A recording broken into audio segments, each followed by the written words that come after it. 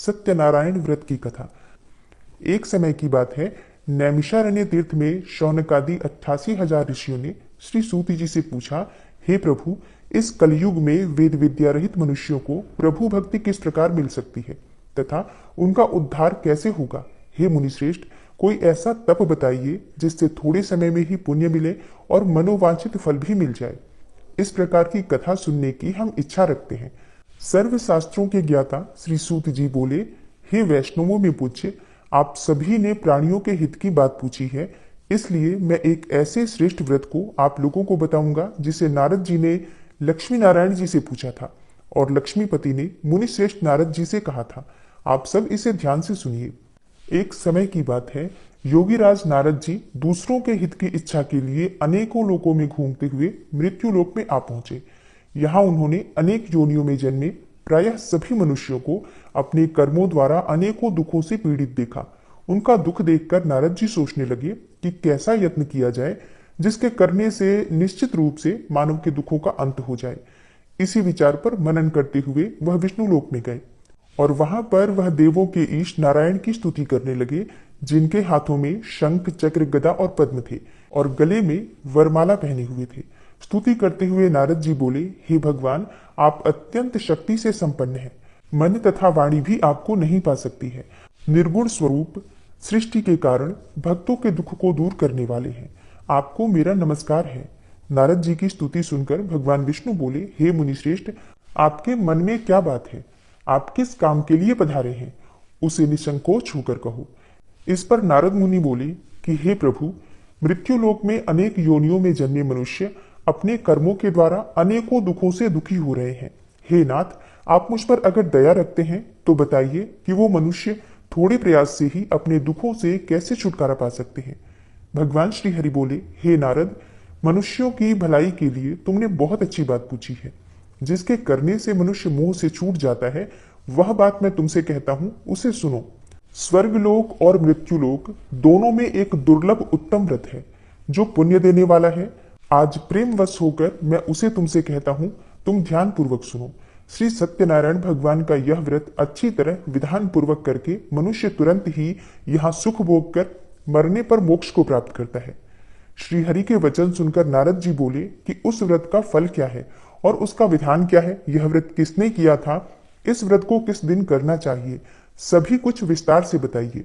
नारद की बात सुनकर श्री हरि बोले, दुख और शोक को दूर करने वाला, यह सभी स्थानों पर विजय दिलाने वाला है। मानव को भक्ति और श्रद्धा के साथ शाम को श्री सत्यनारायण की पूजा धर्मपरायण होकर ब्राह्मणों और बंधुओं के साथ करनी चाहिए। भक्ति भाव से ही नैवेद्य केले का फल, घी, दूध और गेहूं का आटा सवाया ले। गेहूं के स्थान पर साठी का आटा, शक्कर तथा गुड़ लेकर और सभी भक्षण योग्य पदार्थों को मिलाकर भगवान का भोग लगाएं। ब्राह्मणों सहित बंधु बांधवों को भी भोजन कराएं। इसके बाद स्वयं भोजन करें। भजन कीर्तन के साथ भगवान की भक्ति में लीन हो जाएं। इस तरह से सत्यनारायण भगवान का यह व्रत करने पर मनुष्य की सारी इच्छाएं निश्चित रूप से पूरी होती हैं। इस कलिकाल में अर्थात कलयुग में मृत्युलोक में मोक्ष का यही एक सरल उपाय बताया गया है। भगवान श्री हरि विष्णु ने कहा, यह सत्यनारायण व्रत सभी प्रकार के दुखों जैसे शारीरिक दुख, मानसिक दुख, शोक आदि का समन करने वाला है और धन धान्य की वृद्धि करता है, सौभाग्य अखंड करता है और संतान प्राप्ति के लिए किया जाता है। कलयुग में यह सबसे छोटा सा उपाय है। इस प्रकार श्री सत्यनारायण भगवान की कथा का प्रथम अध्याय समाप्त हुआ। प्रेम से बोलिए श्री सत्यनारायण भगवान की जय। सत्यनारायण व्रत का दूसरा अध्याय। श्री सूत जी बोले, हे द्विजों, अब मैं पुनः पूर्व काल में जिसने इस सत्यनारायण व्रत को किया था उसे भली भांति विस्तार पूर्वक कहूंगा। आप सब ध्यान पूर्वक सुनिए। एक समय की बात है, रमणीय काशी नगरी में कोई अत्यंत निर्धन ब्राह्मण रहता था। भूख और प्यास से व्याकुल होकर वह प्रतिदिन पृथ्वी पर भटकता रहता था। ब्राह्मणों से प्रेम करने वाले भगवान ने उस दुखी ब्राह्मण को देखकर वृद्ध ब्राह्मण का रूप धारण करके उस द्विज से आदर पूर्वक पूछा, हे विप्र, प्रतिदिन अत्यंत दुखी होकर तुम किस लिए पृथ्वी पर भ्रमण करते रहते हो? हे द्विज श्रेष्ठ, यह सब बतलाओ, मैं सुनना चाहता हूँ। ब्राह्मण बोला, हे प्रभु, मैं अत्यंत दरिद्र ब्राह्मण हूँ और भिक्षा के लिए ही पृथ्वी पर घूमा करता हूँ। यदि मेरी इस दरिद्रता को दूर करने का आप कोई उपाय जानते हो तो कृपा पूर्वक बतलाइए। वृद्ध ब्राह्मण बोला, हे ब्राह्मण देव, सत्यनारायण भगवान विष्णु अभीष्ट फल को देने वाले हैं। हे विप्र, तुम उनका उत्तम व्रत करो, जिसे करने से मनुष्य सभी दुखों से मुक्त हो जाता है। व्रत के विधान को भी ब्राह्मण से यत्न पूर्वक कहकर वृद्ध ब्राह्मण रूपधारी भगवान विष्णु वहीं पर अंतर्ध्यान हो गए। वृद्ध ब्राह्मण ने जैसा कहा है, उस व्रत को अच्छी प्रकार से वैसे ही करूंगा। यह सोचते हुए उस ब्राह्मण को रात में नींद भी नहीं आई। अगले दिन प्रातःकाल उठकर सत्यनारायण का व्रत करूंगा ऐसा संकल्प करके वह ब्राह्मण भिक्षा के लिए चल पड़ा। उस दिन ब्राह्मण को भिक्षा में बहुत सा धन प्राप्त हुआ। उसी धन से उसने बंधु बांधवों के साथ भगवान सत्यनारायण का व्रत किया। इस व्रत के प्रभाव से वह श्रेष्ठ ब्राह्मण सभी दुखों से मुक्त होकर समस्त संपत्तियों से संपन्न हो गया। उस दिन से लेकर प्रत्येक महीने उसने यह व्रत किया। इस प्रकार सत्यनारायण भगवान के इस व्रत को करके वह समस्त पापों से मुक्त हो गया और उसने दुर्लभ मोक्ष पद को प्राप्त किया। हे विप्र, पृथ्वी पर जब भी कोई मनुष्य श्री सत्यनारायण का व्रत करेगा, उसी समय उसके समस्त दुख नष्ट हो जाएंगे। हे ब्राह्मणों, इस प्रकार भगवान नारायण ने महात्मा नारद जी से जो कुछ कहा वह मैंने सब आप लोगों से कह दिया। आगे अब और क्या कहूं। तब ब्राह्मण बोले, हे मुने, इस पृथ्वी पर उस ब्राह्मण से सुने हुए इस व्रत को और किसने किया? हम वह सब सुनना चाहते हैं। उस व्रत पर हमारी श्रद्धा हो रही है। श्री सूत जी बोले, हे मुनियों, पृथ्वी पर जिसने यह व्रत किया उसे आप लोग सुने। एक बार वह द्विज श्रेष्ठ अपनी धन संपत्ति के अनुसार बंधु बांधवों तथा परिवारजनों के साथ व्रत करने के लिए उद्यत हुआ।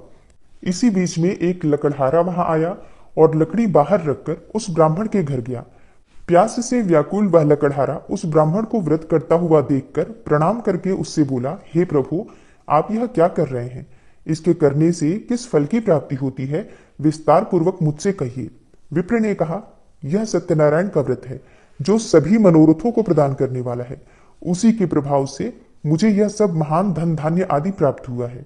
जल पीकर तथा प्रसाद ग्रहण करके वह लकड़हारा नगर चला गया। सत्यनारायण देव के लिए मन से ऐसा सोचने लगा कि आज लकड़ी बेचने से जो भी धन प्राप्त होगा उसी धन से भगवान सत्यनारायण का श्रेष्ठ व्रत करूंगा। इस प्रकार मन में चिंतन करता हुआ लकड़ी को मस्तक पर रखकर वह उस सुंदर नगर में गया जहां धन संपन्न लोग रहते थे। उस दिन उसने लकड़ी का दुगना मूल्य प्राप्त किया।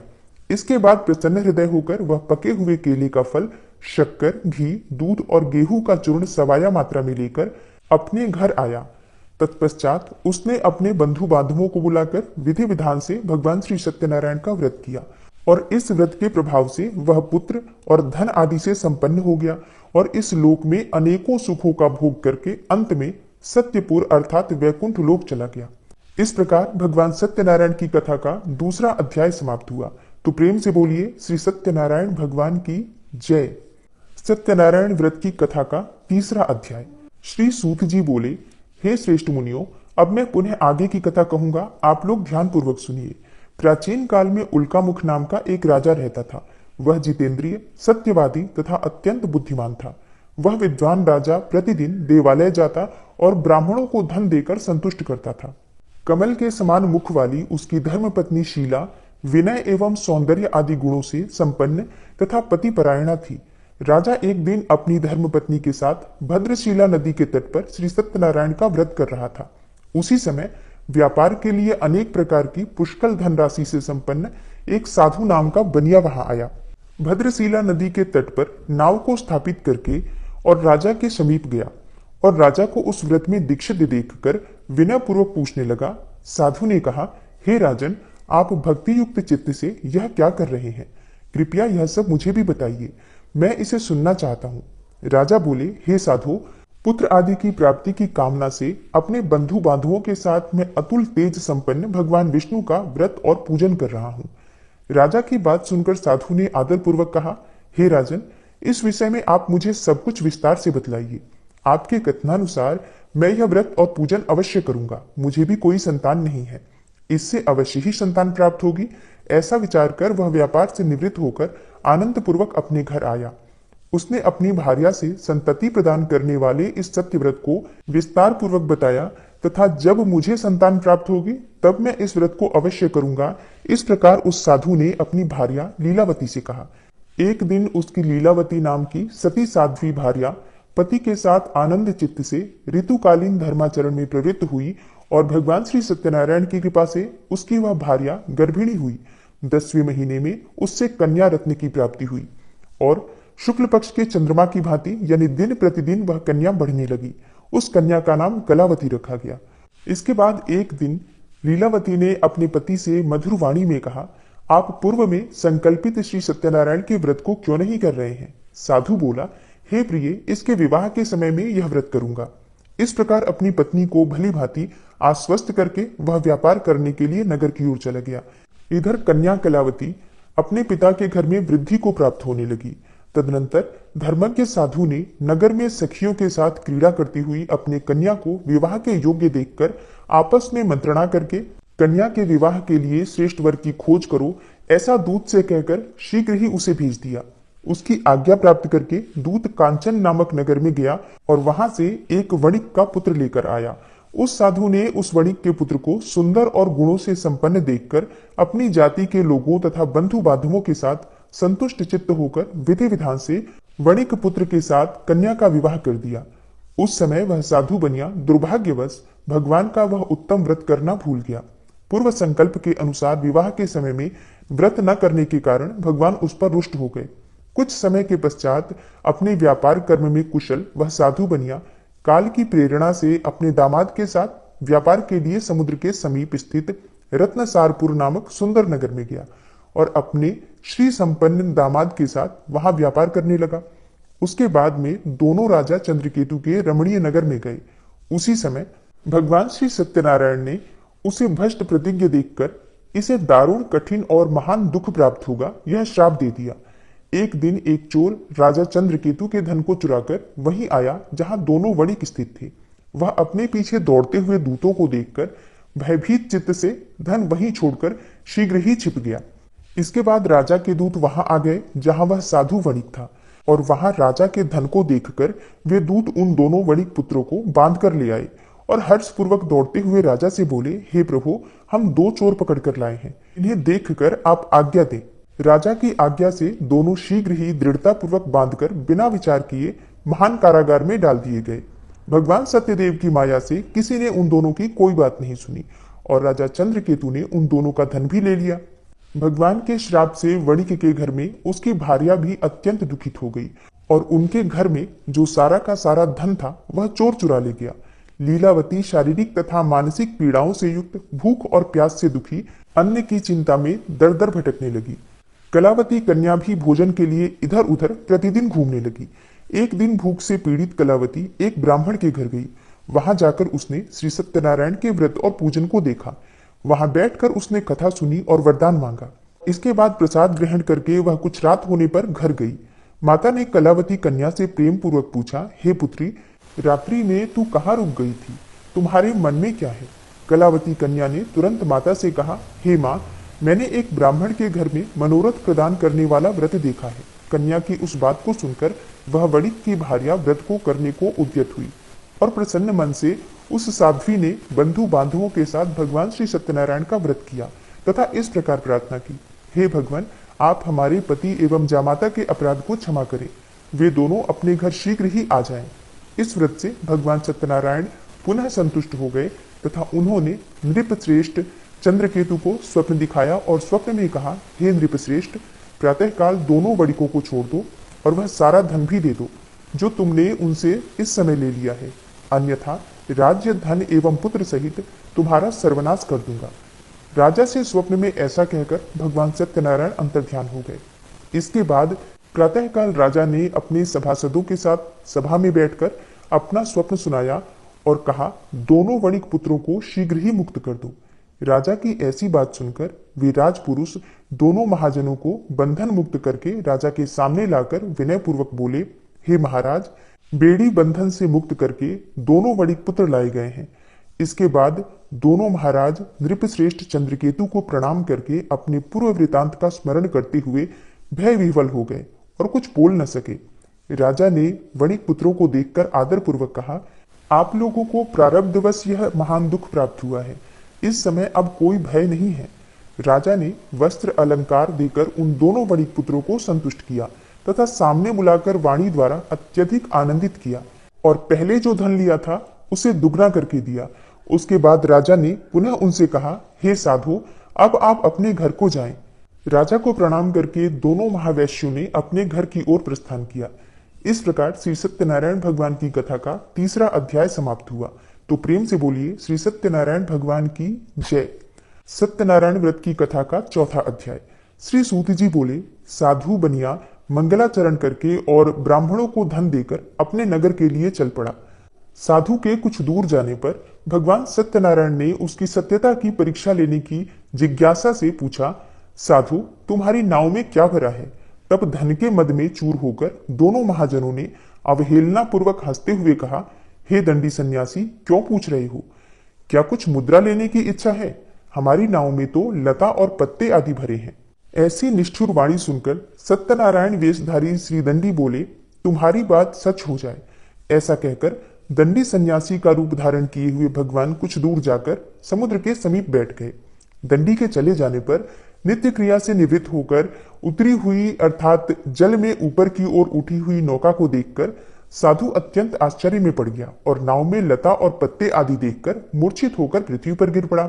सचेत होने पर वणिक पुत्र चिंतित हो गया। तब उसके दामाद ने इस प्रकार कहा, आप शोक क्यों करते हैं? दंडी ने शाप दे दिया है। इस स्थिति में वे ही चाहें तो सब कुछ कर सकते हैं, इसमें संशय नहीं है। अतः उन्हीं की शरण में चले, वहीं जाकर मन की इच्छा पूर्ण होगी। दामाद की बात सुनकर साधु बनिया उनके पास गया और वहां दंडी को देखकर उसने भक्ति पूर्वक उन्हें प्रणाम किया तथा आदर पूर्वक कहने लगा, आपके सम्मुख मैंने जो कुछ कहा है वह असत्य भाषण रूप अपराध किया है। आप मेरे उस अपराध को क्षमा करें। ऐसा कहकर बारंबार प्रणाम करके वह महान शोक से व्याकुल हो गया। दंडी ने उसे रोता हुआ देखकर कहा, हे मूर्ख, रो मत, मेरी बात सुनो। मेरी पूजा से उदासीन होने के कारण तथा मेरी आज्ञा से ही तुम्हें बारंबार दुख प्राप्त हुआ है। भगवान की ऐसी वाणी सुनकर वह स्तुति करने लगा। साधु ने कहा, हे प्रभु, आश्चर्य की बात है कि आपकी माया से मोहित होने के कारण ब्रह्मा आदि देवता भी आपके गुणों और रूपों को यथावत रूप से नहीं जान पाते। फिर मैं मूर्ख आपकी माया से मोहित होने के कारण कैसे जान सकता हूँ? आप प्रसन्न हुइए, मैं आपकी शरण में आया हूँ। मेरा जो नौका में स्थित पूरा धन था उसकी आप रक्षा कीजिए। उस बनिया की भक्ति युक्त वाणी सुनकर भगवान जनार्दन संतुष्ट हो गए। भगवान हरि उसे अभिष्ट वर प्रदान करके वही अंतर्ध्यान हो गए। उसके बाद वह साधु अपनी नौका में चढ़ा और उसे धन धान्य से परिपूर्ण देखकर भगवान सत्यदेव की कृपा से हमारा मनोरथ सफल हो गया, ऐसा कहकर स्वजनों के साथ उसने भगवान की विधिवत पूजा की। भगवान श्री सत्यनारायण की कृपा से वह आनंद से परिपूर्ण हो गया और नाव को प्रयत्न पूर्वक संभाल कर उसने अपने देश के लिए प्रस्थान किया। साधु बनिया ने अपने दामाद से कहा, वह देखो, मेरी रत्नपुरी नगरी दिखाई दे रही है। इसके बाद उसने अपने धन के रक्षक दूत को अपने आगमन का समाचार देने के लिए अपनी नगरी में भेजा। उसके बाद उस दूत ने नगर में जाकर साधु की भार्या को हाथ जोड़कर प्रणाम किया तथा उसकी अभीष्ट बात कही। सेठ जी अपने दामाद तथा बंधु वर्गों के साथ बहुत सारे धन धान्य से संपन्न होकर नगर के निकट पधार गए हैं। दूत के मुख से यह बात सुनकर वह अति आनंदित हो गई और उस साध्वी ने श्री सत्यनारायण की पूजा करके अपनी पुत्री से कहा, मैं साधु के दर्शन के लिए जा रही हूँ, तुम शीघ्र आओ। माता का ऐसा वचन सुनकर व्रत को समाप्त करके प्रसाद का परित्याग करके वह कलावती भी अपने पति का दर्शन करने के लिए चल पड़ी। इससे भगवान सत्यनारायण रुष्ट हो गए और उन्होंने उसके पति को तथा नौका को धन के साथ हरण करके जल में डुबो दिया। इसके बाद कलावती कन्या अपने पति को न देखकर महान शोक से रुदन करती हुई पृथ्वी पर गिर पड़ी। नाव का अदर्शन तथा कन्या को अत्यंत दुखी देखकर भयभीत मन से साधु बनिया ने सोचा, यह क्या आश्चर्य हो गया। नाव का संचालन करने वाले भी सभी चिंतित हो गए। तदनंतर वह लीलावती भी कन्या को देखकर विह्वल हो गई और अत्यंत दुख से विलाप करती हुई अपने पति से इस प्रकार बोली, अभी अभी नौका के साथ यह कैसे अलक्षित हो गया। न जाने किस देवता की उपेक्षा से वह नौका हरण कर ली गई, अथवा श्री सत्यनारायण का महात्म्य कौन जान सकता है। ऐसा कहकर वह स्वजनों के साथ विलाप करने लगी और कलावती कन्या को गोद में लेकर रोने लगी। कलावती कन्या भी अपने पति के नष्ट हो जाने पर दुखी हो गई और पति की पादुका लेकर उनका अनुगमन करने के लिए उसने मन में निश्चय किया। कन्या के इस प्रकार के आचरण को देखकर भार्या सहित वह धर्मज्ञ साधु बनिया अत्यंत शोक संतप्त हो गया और सोचने लगा, या तो भगवान सत्यनारायण ने यह अपहरण किया है अथवा हम सभी भगवान सत्यदेव की माया से मोहित हो गए हैं। अपनी धन शक्ति के अनुसार मैं श्री भगवान सत्यनारायण की पूजा करूंगा। सभी को बुलाकर इस प्रकार कहकर उसने अपने मन में इच्छा प्रकट की और बारंबार भगवान सत्यदेव को दंडवत प्रणाम किया। इससे दीनों के परिपालक भगवान सत्यदेव प्रसन्न हो गए। भक्त वत्सल भगवान ने कृपापूर्वक आकाशवाणी की, तुम्हारी कन्या प्रसाद छोड़कर अपने पति को देखने चली आई है। निश्चय ही इसी कारण उसका पति अदृश्य हो गया है। यदि घर जाकर प्रसाद ग्रहण करके वह पुनः आए तो हे साधु बनिया, तुम्हारी पुत्री पति को प्राप्त करेगी, इसमें कोई संशय नहीं है। कन्या कलावती भी आकाश मंडल से ऐसी वाणी सुनकर शीघ्र ही घर गई। उसने प्रसाद ग्रहण किया, पुनः आकर स्वजनों तथा अपने पति को देखा। तब कलावती कन्या ने अपने पिता से कहा, अब तो घर चले, विलंब क्यों कर रहे हैं। कन्या की यह बात सुनकर वणिक पुत्र संतुष्ट हो गया और विधि विधान से भगवान सत्यनारायण का पूजन करके धन तथा बंधु बांधवों के साथ अपने घर गया।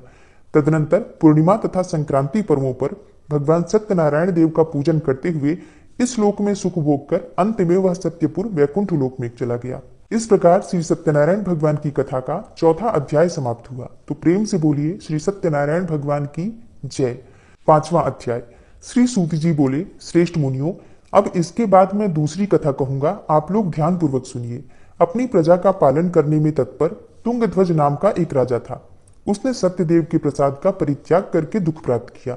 एक बार वह वन में पशुओं को मारकर वट वृक्ष के नीचे आया। वहां उसने देखा कि गोपगण बंधु बांधवों के साथ संतुष्ट होकर भक्ति पूर्वक भगवान सत्यदेव की पूजा कर रहे हैं। राजा यह देखकर भी अहंकारवश न तो वहां गया और न ही उसने भगवान सत्यनारायण को प्रणाम ही किया।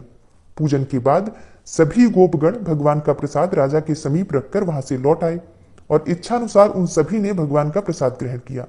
इधर राजा को प्रसाद का परित्याग करने से बहुत दुख प्राप्त हुआ। उसका संपूर्ण धन, धान्य एवं सभी 100 पुत्र नष्ट हो गए।